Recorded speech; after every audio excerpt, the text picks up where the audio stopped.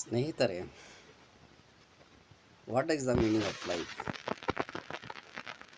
God made as one was well, one was other. ಹಗಲು ರಾತ್ರಿ, ಕಷ್ಟ ಸುಖ, ಕಹಿ ಸಿಹಿ, ಕೆಟ್ಟವರು ಒಳ್ಳೆಯವರು, ಸತ್ಯ ಅಸತ್ಯ, ಇವುಗಳನ್ನು ಅನುಭವಿಸ್ತಾ ತಾಯಿ ಗರ್ಭದಿಂದ ಭೂಗರ್ಭಕ್ಕೆ ಪ್ರಯಾಣ ಮಾಡುವುದು. ತಾಯಿ ಗರ್ಭದಿಂದ ಪ್ರಾರಂಭವಾಗಿ ಲೈಫ್ ಜರ್ನಿ ಮಾಡಿ ಭೂಗರ್ಭಕ್ಕೆ ಹೋಗುವುದು.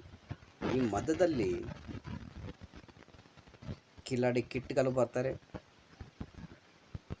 ಅಸತ್ಯ ಹರಿಶ್ಚಂದ್ರಗಳು ಬರ್ತಾರೆ, ವಂಚನೆಗಾರರು ಬರ್ತಾರೆ, ಫುಲಿಶ್ನೆಸ್ ಬರ್ತಾರೆ ಈ ಲೈಫ್ ಜರ್ನಿಯಲ್ಲಿ. ಹಾಗೆ ಮೋಸಗಾರರು ಬರ್ತಾರೆ, ನರಹಂತಕರು ಬರ್ತಾರೆ,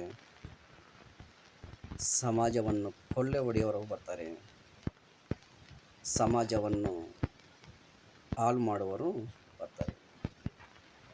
ಇವರೆಲ್ಲರನ್ನು ಮೈಲುಗಲ್ಲು ರೀತಿಯಲ್ಲಿ ದಾಟ್ಕೊಂಡು ಹೋಗಬೇಕು. ಇವಾಗ ನಾನು ಯಾರ್ಯಾರ ಹೆಸರು ಹೇಳಿದ್ನೋ ಅವರೆಲ್ಲರೂ ನೋಡಿಕೊಂಡು ಅಲ್ಲೇ ನಿಂತ್ಕೊಂಡ್ರೆ ಪ್ರಯಾಣ ಆಗಲ್ಲ ಲೈಫ್ ಜರ್ನಿ. ಅವರೆಲ್ಲ ಮೈಲುಗಲ್ಲಿದ್ದಂಗೆ. ಬಸ್ಸು ಮೈಲುಗಲ್ಲನ್ನು ದಾಟ್ಕೊಂಡು ಹೋಗಬೇಕು, ಕಿಲೋಮೀಟರ್ಸ್. ಅದು ಕಿಲೋಮೀಟರ್ ಕಲ್ಲುಗಳಷ್ಟೇ ಇವು. ಬಟ್ ಅವು ನೋಡ್ಕೊಂಡು ಇರೋಕ್ಕಾಗಲ್ವಲ್ಲ ಬಸ್ ಪ್ರಯಾಣ. ವಂಚನೆಗಾರರು, ಮೋಸಗಾರರು, ಅನ್ಯಾಯಸ್ಥರು, ಕೆಟ್ಟವರು, ನರಹಂತಕರು, ಕ್ರೂರ ಮೃಗಗಳು ಎಲ್ಲ ಅಡ್ಡ ಬರ್ತವೆ. ಅವೆಲ್ಲನೂ ದಾಟ್ಕೊಂಡು ಹೋಗೋದೇ ಲೈಫ್. That is life.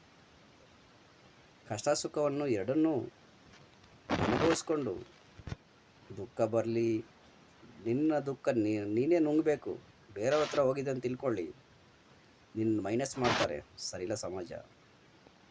ಈ ದುಃಖವನ್ನು ನೀನೇ ಹಿಡಿತದಲ್ಲಿಟ್ಕೊಂಡು ಗೆಲ್ಲಬೇಕು. ಚಾರ್ಲೆಸ್ ಅವ್ರು ನಿಮ್ಗೆ ಗೊತ್ತು.